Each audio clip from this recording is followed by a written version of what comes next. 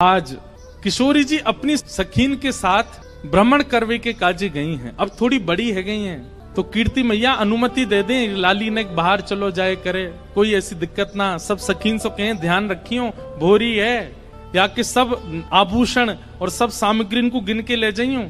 किशोरी जी आज यमुना तट देखने की जिद करती हैं और सब सखीन के साथ यमुना तट गई हैं। यमुना जी की अविरल धारा देख करके किशोरी जी तो वहीं बैठ गई और सब सखीन से बोली, आज यहीं कछु पामेंगी, यहीं कछु भोजन करेंगी, जाओ वन में से कछु फल ले आओ, वन में से कछु पुष्प ले आओ, एक दूसरे को श्रृंगार करेंगी और यहीं फल को सेवन करेंगी।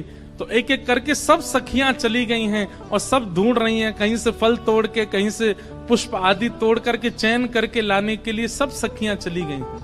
इतने में ही यमुना जी के उस पार नंद भवन है और नंद भवन से श्री ठाकुर जी खेलने के लिए आ रहे हैं। यमुना तट पर ठाकुर जी पहुंच गए। जैसे यमुना जी के तट पर पहुंचे, यमुना जी के तट पर जाकर के सामने की ओर देखा, बड़े बड़े नेत्र और माथे पर सुंदर रोरी को बिंदा लगाए करके, नील वसन पहन करके छोटी सी किशोरी जी बैठी हैं। ठाकुर जी बहुत देर तक तो मानो जैसे छिप करके आड़ में थी देखने लगे। सूर श्याम देखत ही रीझे, ठाकुर जी देखते ही किशोरी जी के मुखमंडल में ऐसे आसक्त हुए कि सब भूल गए। चक डोरी हाथ में लिए खड़े भये, गिर गई नीचे। और जो भी ठाकुर जी बड़े अदा में निकले ना, बड़े सज धज के निकले, बहुत स्वरूप साज सज्जा सब धारण करके निकले, बड़े कॉन्शियस रहे अपने स्वरूप के प्रति। लेकिन किशोरी जी को देख करके सब भूल भाल गए। ठाकुर जी किशोरी जी को देखा और देखते ही ठाकुर जी सोचने लगे, बोले अरे भैया मैं जाए के पूछूं तो सही जी कौन है, और जी कहाँ ते आई है, कहाँ इनको गांव है, कहाँ इनको नाम है, कैसे आई है, पूछूं तो। वहां सामने छोटी सी किशोरी जी बैठी है, यहाँ ठाकुर जी पीत वस्त्र पहन करके आए। किशोरी जी अपलक नेत्रों से यमुना जी को देख रही हैं। ठाकुर जी आए, थोड़ी आगे आकर के ऐसी अदा करने लगे कि किशोरी जी की नेक दृष्टि पड़े। कछु गान लगे, कछु करन लगे, कछु ऐसे इशारे करने लगे कि किशोरी जी की नेक दृष्टि पड़े लाला पे। इतने में ठाकुर जी के स्वर सुनकर के किशोरी जी ने नेत्र उठाए करके देखो, और जैसे ही किशोरी जी की दृष्टि पड़ी ठाकुर जी पर, ठाकुर जी पूछ रहे हैं, अरे गोरी तुम कौन हो, आप कहाँ रहती हो, आपके पिताजी कौन है, और मैंने पहले तो आपको कभी देखो नहीं यहाँ पे, इतने बरस मो यहाँ रहते भय गए। तो किशोरी जी बोली, हाँ देखे में लग रहे हो कि 50 साल के तो होंगे तुम। नेक्सी से हैं, और नेक्सी से किशोरी जी तो पूछ रहे हैं कि मैं इतने सालन ते आ रहा हूँ, मैंने तो आपको देखो नहीं, आपको घर कहाँ है और आपके पिताजी कौन है। किशोरी जी बोली, अरे हम वृषभानु जी की लाली हैं और बरसानो हमारो घर है, वहीं रंग महल में हम रहमे, और यहाँ हमारो खेलवे को कोई प्रयोजन नहीं है, हमारो भवन इतना बड़ा हम वहीं खेलती रहे। अरे जब ते जन्म भयो तब ते आज तक हमने तो अपनो पूरा भवन देखो ही नहीं, इतना बड़ा भवन है हमारे पिताजी को, हमें कहाँ जरूरत पड़ी यहाँ आके खेलवे की। ठाकुर जी बोले, तो फिर अपने भवन में ही खेल लो, काय को आई हो यहाँ पे, यहाँ काय को डोल रही हो, ऐसी छोटी सी हो, कोई हरण करके ले जाएगा तुम्हारो। किशोरी जी बोली, वो तो आज सखीन को मन हो कि यमुना तट पे चलें, या हमारे हम उनके संग आए गई हैं, बाकी तो या स्थान में हमारे बरसाने में मना करी गई है कि जमुना तट और जमुना के पल्ली पार जानो ही नहीं है।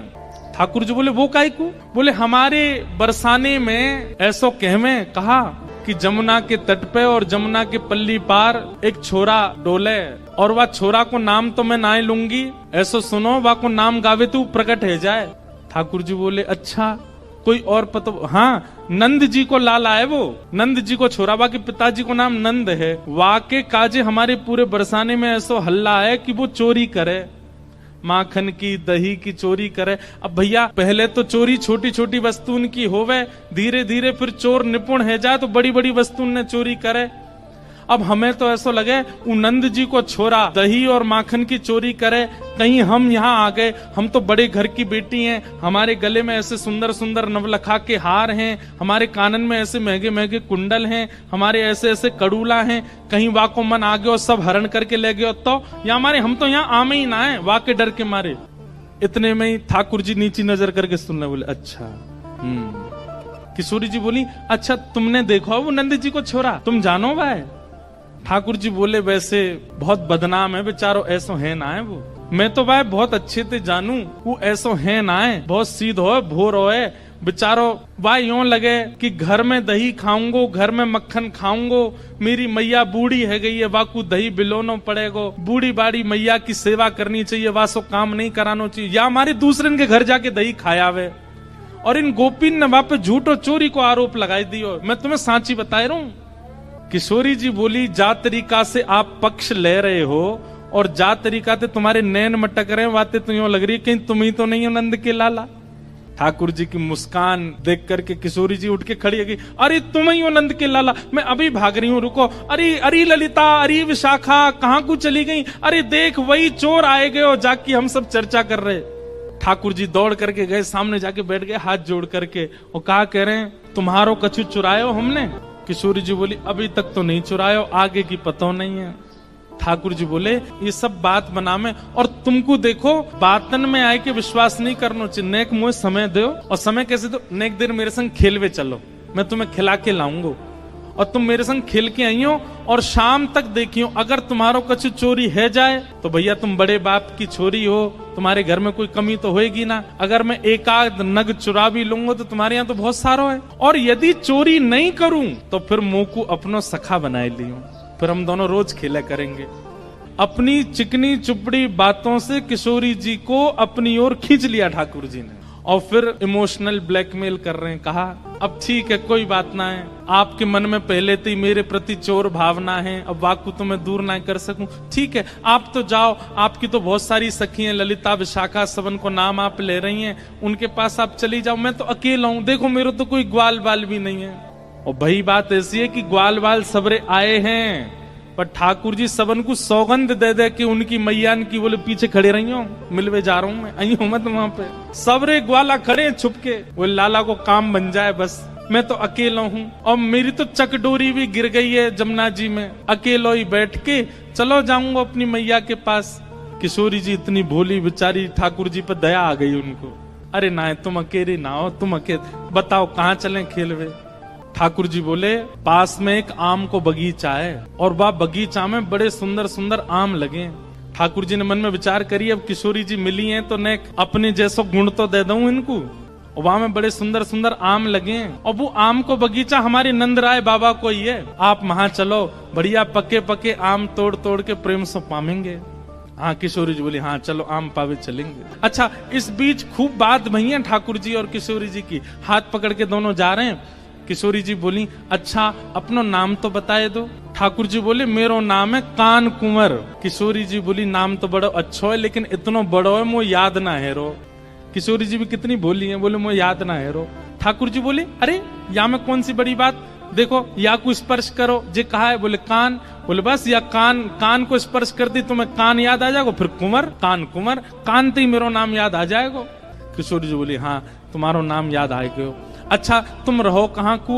ठाकुर जी ने अपना पूरा पता बता दियो, जमुना जी पार करोगे सीधे जाओगे, वहां पे गोकुल आ जाएगो, वहां सबसे बड़ी हवेली जो है वो हमारी है, हमऊ बड़े बाप के लाला हैं। तुम बहुत देर से बता रही बड़े तुम्हारो महल है, ऐसो आंगन है, ऐसो सब है, सब बात है रही है। और किशोरी जी को हाथ पकड़ करके ले गए बगीचा में, एक आम को वृक्ष। ठाकुर जी ऊपर चढ़वे में निपुण कम है, और होंगे भी तो किशोरी जी के सामने आज दिखा रहे हैं, मुंह पे चढ़वो ना आवे ऊपर। 2-3 बार चढ़े फिर फिसल गए। किशोरी जी बोली, अरे तुम पे तो चढ़वो ना आवे, देखो मैं चढ़ के बताऊं। किशोरी जी बोले, हाँ आप चढ़ जाओ। किशोरी जी ऊपर चढ़ गई। ठाकुर जी बोले, प्रथम मिलन हुआ है, पहले मिलन में अपनी छाप नहीं छोड़ी तो हम काय बात के कन्हैया, अब आ जाओ ऊपर। ठाकुर जी बोले, अरे श्यामाजू, अगर मैं ऊपर आ जाऊंगा और फिर आम तोड़ेंगे तो नीचे पकड़ेगा कौन, और हम आम तोड़ेंगे नीचे गिर के सब फट जाएंगे तो पामेंगे कैसे? किशोरी जी बोली, हाँ बात तो सही है, तो कहा करें? ठाकुर जी बोले, मैंने अपनी पीताम्बरी खोल ली, आप ऊपर ते आम घेरो। किशोरी जी बोली, हाँ ये अच्छा। नीचे ठाकुर जी खड़े हैं, किशोरी जी आम तोड़ रही हैं, खूब सारे आम तोड़ लिए, ये बारो निकारो वो बारो निकारो। ठाकुर जी नीचे तो ही बता रहे हैं, किशोरी जी ढूंढ ढूंढ के आम दे रही है नीचे। इतने में ललिता विशाखा ढूंढ रही हैं हमारी किशोरी जी कहाँ चली गई, और ढूंढते ढूंढते ढूंढते उनको दूर वृक्ष पर नील पोशाक धारण करी भाई किशोरी जी दिख गई कि ऊपर चढ़ी हुई हैं वहां पे। यहाँ ते ललिता विशाखा दौड़ी, ठाकुर जी को पता चल गई कि ललिता विशाखा आ रही ऊपर ते। किशोरी जी बोली, ये सब मेरी सखियां सबरी आ रही हैं, अभी इनको भी आम खमामेंगे। ठाकुर जी बोले, ये 8 और ये 9 और मैं 10वो, और आम उतर के आए 5, या को मतलब पहले तो यही पामेंगी और बाकी इनकी सबरी चतुर सखी ये सबरी पा जाएंगी, मुंह को कहा मिलेगो। सो ठाकुर जी ने कहा कियो, हे श्यामाजू जे आम ने गंदे से है गए, मैं इनको जमुना जी में धोके ला रहा हूँ भाई। किशोरी जी बोली हाँ हाँ चले जाओ। ठाकुर जी आम लेके गए और बगीचा संभालवे वालो जो माली हतो का वहां से जाके बोले, अरे तू पूरे दिन सोतो रे, बाबा ने यहाँ बगीचा में तू को रखवाली करवे को रखो है। अरे नाय लाला ऐसी बात ना, तेरी बाबा तो जाके शिकायत करूंगा। नाय कछु मत कहियो, देख 9 चोरनी आई है हमारे बगीचा में और सबरी आम चुरा चुरा के ले जा रही, मैं छीन के लाया हूं उनते। 8 तो नीचे उतरी आई, एक अबे ऊपर चढ़ी हुई है, जा देख ले उन्हें। इतने में ही महाराज बगीचा को मालिक आयो, आकर के जैसे ही माने जो दूर से चिल्लाना शुरू, अरे चोर आ गए चोर आ गए। इतने में ललता विशाखा आई, जल्दी से किशोरी जी को नहीं। किशोरी जी बोली अरे वो कान कुंवर आए रहे होगो, कान कुंवर आए रहे होगो। ललता जी बोली भागो यहाँ से।